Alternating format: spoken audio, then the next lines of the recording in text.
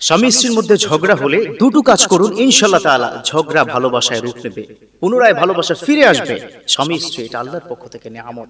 অনেক মা বোনেরা ফোন করে বলে, দেখুন স্বামী আমার সাথে খুব বাজে আচরণ করে, আজ প্রায় 10 দিন ধরে কথা বলছে না, আমাকে তালাক দিবে, এই ধরনের হুমকি দেয়।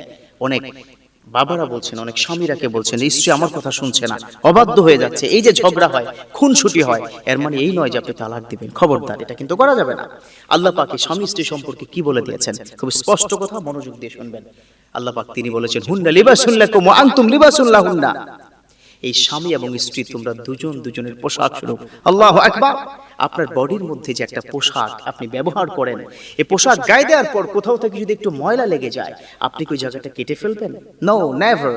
You never cut out from your body. আপনি আপনার এই জামা থেকে কোনোদিন কেটে ফেলে দিবেন না, এটাই স্বাভাবিক। কি করবেন, এই জামাটা আবার বাসায় নিয়ে ধুয়ে সুন্দর করে আবার আদর করে কিন্তু গায়ে জড়িয়ে নেবেন। আর এই হচ্ছে স্ত্রী, এই হচ্ছে স্বামী। দুজন দুজনকে স্যাক্রিফাইস করতে হবে, দুজন দুজনের মধ্যে ভালোবাসা হবে সর্বোচ্চ আন্তরিকতার সহিত।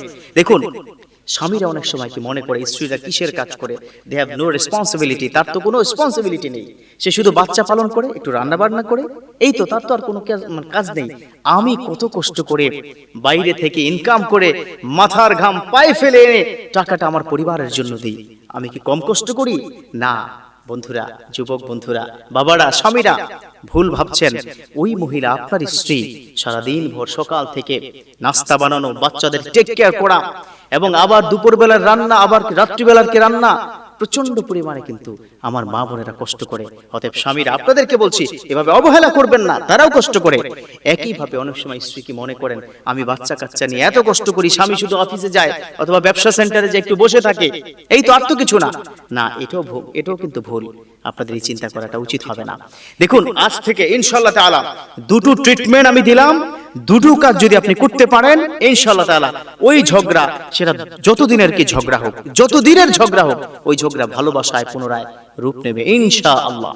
তাহলে 1 নম্বর কাজ, বাইরে থেকে যখন স্বামী আসবে তখন স্বামীকে একটু কষ্ট করে 1 গ্লাস ঠান্ডা পানি অথবা একটু শরবত দিবেন, অথবা তার জামাটা একটু ধরবেন, ব্যাগটা একটু ধরবেন, সে খুশি হয়ে যাবে। কোনো কারণে যদি ঝগড়া হয়েই যায়, তাহলে একটা টিপস আপনাকে দেব, স্বামী যখন প্রচন্ড রাগ করবে, মা বোন আপনাকে বলছে, আপনি চুপ হয়ে যাবেন।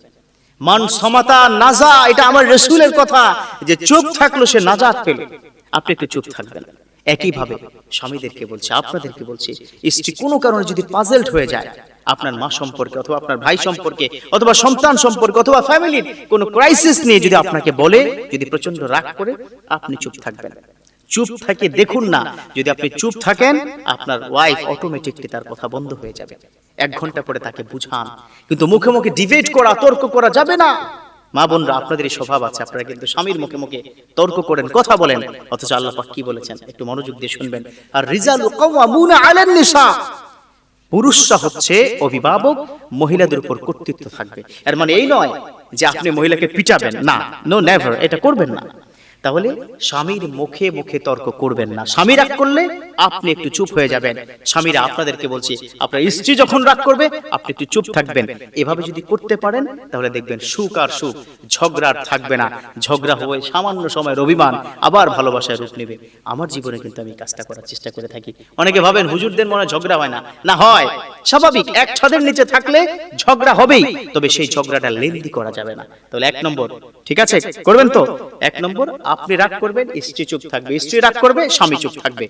2 নম্বর হচ্ছে, it's the most important part, maximum ফ্যামিলিতে এইটাই একটা বড় ধরনের ইনফেকশন হয়, এই একটা কারণে। খুব মনোযোগ দিয়ে শুনবেন। নিজেদের মধ্যে 4 দেয়ালের মধ্যে যখন ঝগড়া হবে, এই ঝগড়ার কথা আপনি you should never share with another person. অন্য কারোর সাথে এই কথাগুলো শেয়ার করবেন না। আপনি অফিসে যাবেন, বিজনেস সেন্টারে যাবেন, সেখানে গিয়ে আপনার কলিগের সাথে, বন্ধুর সাথে শেয়ার করবেন না, করবেন না।